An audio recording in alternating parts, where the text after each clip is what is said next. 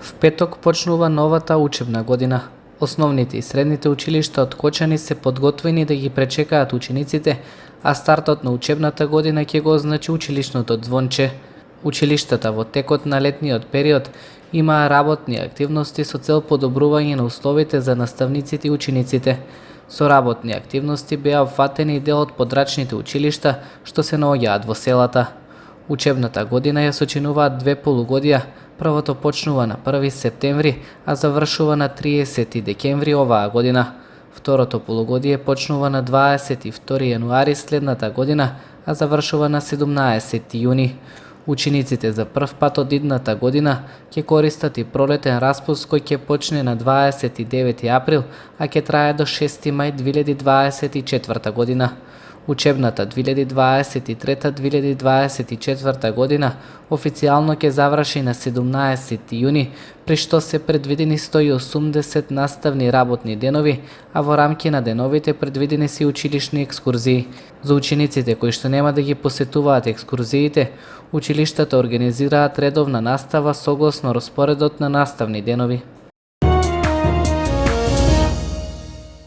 Општина Виница ја одбележува 79 годишнината од ослободувањето на градот. Многоброен народ, жители на градот Виница и населените места се собрале на плоштадот во Виница и тој ден со ора и песни славеле за ослободувањето на својот град од бугарскиот окупатор. По тој повод градоначалникот на општина Виница Миле Петков, делегација од локалната самоуправа, председателот на Советот Ацо Ѓоргиевски, членови на Советот на општина Виница и група на граѓани од Виница положија свежо цвеќе пред спомено обележието на Кирил Михајловски Груица, оддавајќи почит на сите родолюби кои го положија својот живот за македонската држава.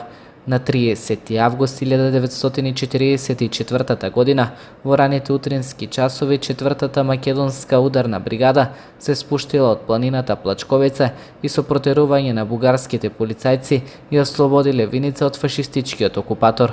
4-та македонска бригада е формирана на планината Плачковица на 23 јули 1944 година. При формирањето бригадата имала 200 борци, која бројка се зголемувала подоцна до 750 борци. Главната командна улога во бригадата ја има виничкиот генерал Кирил Михајловски Груица. Во рамки на одбележувањето предвидена е промоција на книга и настапи на музички бендови.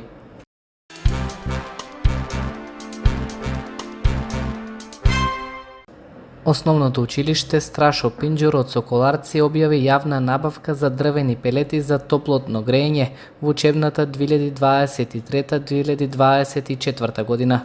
Договорот за набавка е во време трајање од 3 месеци, а право на доставување понуда има секое физичко, правно или група на такви лица.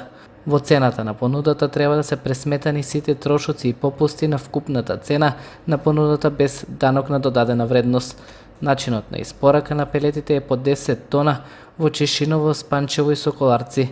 Начинот на плаќање е вирмански во максимален рок од 60 дена од денот на добивање на фактурата. Краен рок за доставување на понудите е 6 септември, а отварањето на истите ќе биде јавно. За најповолна понуда ќе биде избрана понудата која има најниска понудена цена. Понудите се поднесуваат на страницата за јавни набавки. Гоце Марков ќе биде новиот член на Советот на општина Кочани, кој доаѓа на местото на Pero Ѓоргиевски, актуелен директор на комуналното јавно предпријатие Водовод. Кандидатот од листата на советници од локалните избори 2021 година, Гоце Марков го прифатил изборот за советник и од страна на Општинската изборна комисија му изготвено и доделено уверение за избран советник. Марков ја извршуваше функцијата лице за односи со јавност при Општинскиот комитет на ВМРО ДПМН Кочани. Пред Марков на листата на советници се наоѓала Љубинка Спанчевска, но таа до Општинската изборна комисија доставила изјава со која се откажува од мандатот за советник во Советот на општина Кочани. Верификацијата на мандатот на Гоце Марков ќе се изврши в четврток на седница на Совет.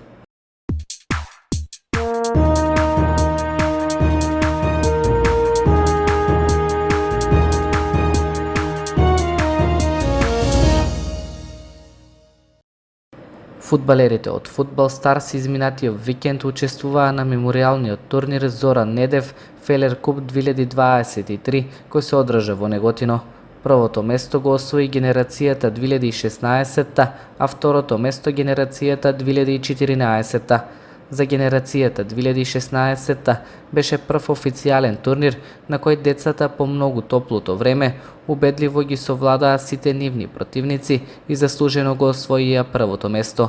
Совладани беа екипите на фудбалскиот клуб Фортуна од Скопје, Биџо од Куманово, домаќин од градскиот фудбалски клуб Неготино и екипата на Тиквеш од Кавадарци.